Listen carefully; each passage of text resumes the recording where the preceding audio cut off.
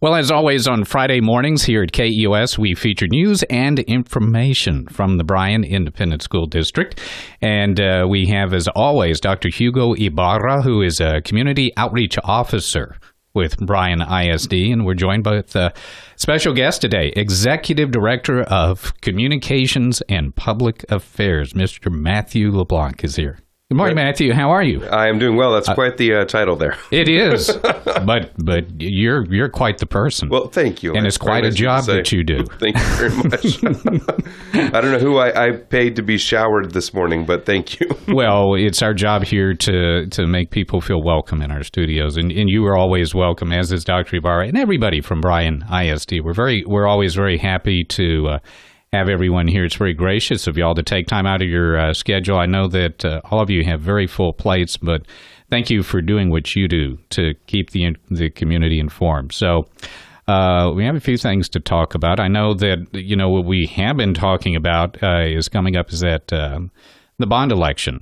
And that has come and gone. And as with the presidential election, that has turned into quite the cliffhanger. Yes, it has. We're still waiting on a final tally from Brazos County. We got our numbers in from Robertson County last night, 3-4, 3 against. And so that does not change anything. And so now we're waiting on the final tally from Brazos County. So when you say 3-4, 3 against, are those precincts or boxes or votes? Votes.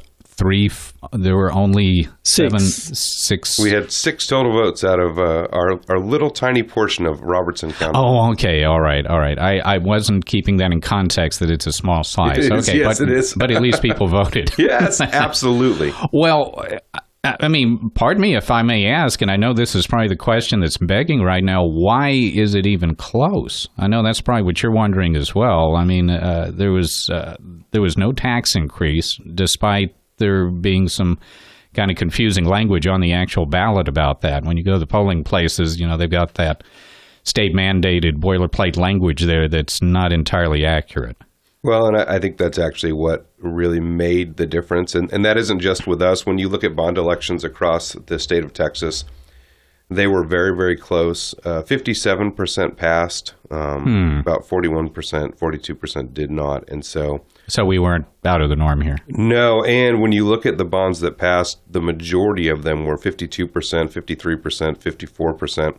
So this was really the first large election that had that line about this is a property tax increase, where most school districts actually have gotten to where we're paying off so much debt. Like Bryan ISD is that we don't need to raise the tax rate for this. But I think in a presidential election, especially an election that brought out so many voters, I think the number in Brazos County is 15-20% that had never voted before, ever. A lot of new voters and a lot of angry voters. And so you come out and you see a line, even if you've heard for weeks that it's not a tax rate increase, you see that line and you don't want your taxes to go up. Okay, well, they said there was no tax increase, but it's right here. Yeah. Right.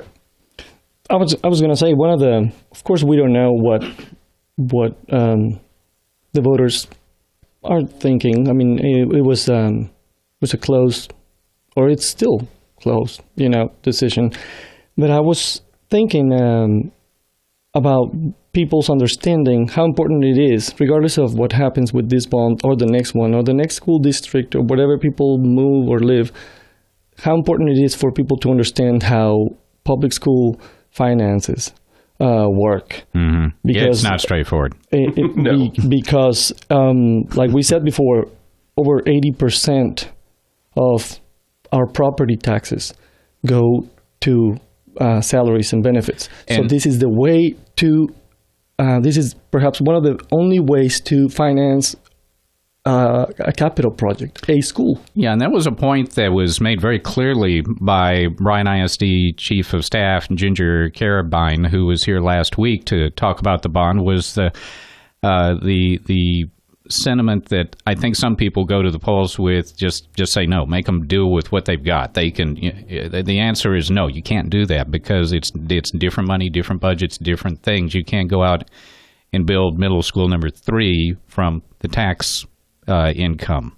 And it's tricky. I don't know how you get that point across. I know there were a lot of things on ballots all over the place. I mean, there were expansion of hospital districts. There were Even here in Brazos County, there are some emergency service district items. And,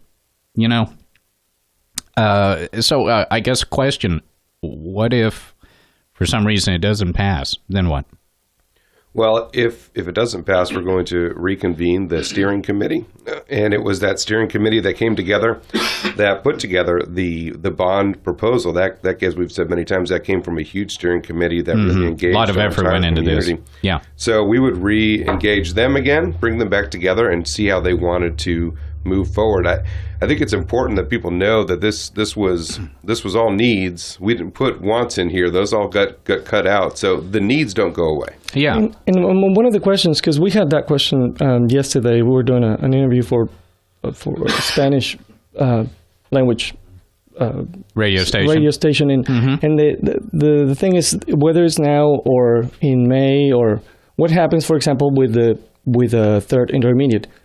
Simply put, it just wouldn't happen, and the implications are pretty severe. Yes, well, that's a really good point, Dr. Ibarra, is that right now those projects will not be able to take place because that's the way that we can fund them. Bryan ISD, I think, is working really well within the system that the state gives us. So we've lowered the taxes 11 cents in the last 4 years. We're doing what we can to offset any potential tax rate increase because of a bond, because we're working so well within this funding, the balance that the state puts us in. So you're making good use of the money. You're paying down debt. I guess the sentiment sometimes is, let's, not give them any more money. Make them do with what they got. And I think that's part of it. That doesn't work always, right? It's not going to work It's not going to work well at all here. No, but I also think in this election specifically, no matter how much we did to get the facts out about it, with so many voters, especially new voters, there were people who were just uninformed still. I mean, you can try to reach as many people as possible. When you have that many people voting, which is a great thing, by the way, we want every registered voter. Yeah, there were a lot of voters. Yeah. And y'all did a great job. Every time I turned around, people were giving me these bookmarks that had information. I've got a whole stack of them now, but y'all did a really good job getting the word out. And I'm very glad that you brought that up, because yes, we wanted for people to vote, and they did.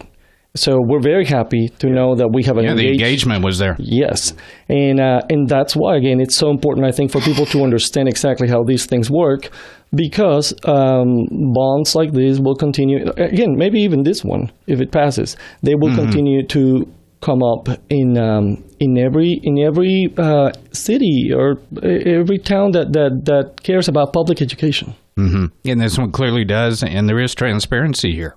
What's being done with the money, how it's being spent.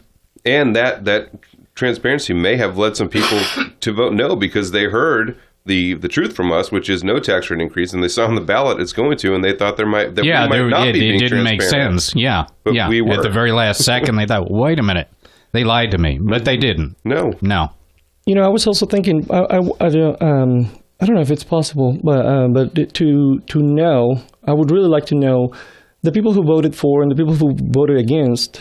What are they thinking? What's holding them up? Or is it because they don't have children who attend the district? That would be my situation. Yeah. Or what's behind your rationale? Because opportunity cost, I think it's important. I mean, if you have an opportunity to go to the movies or to go ice skating, and you decide to go ice skating, well, your opportunity cost is you didn't go to the movies. What is the opportunity cost, for example, for the construction industry when a $175 million bond is not taking place? Yeah, it's a ripple effect. There is. Yeah. Well, and the effect here is, clearly there would be more crowding without that extra campus. There were safety and security things that were being addressed. A lot of maintenance, things that a school district needs to do. So I guess the important point is, even if you don't have kids currently attending Bryan ISD, your neighbors do. People you know do.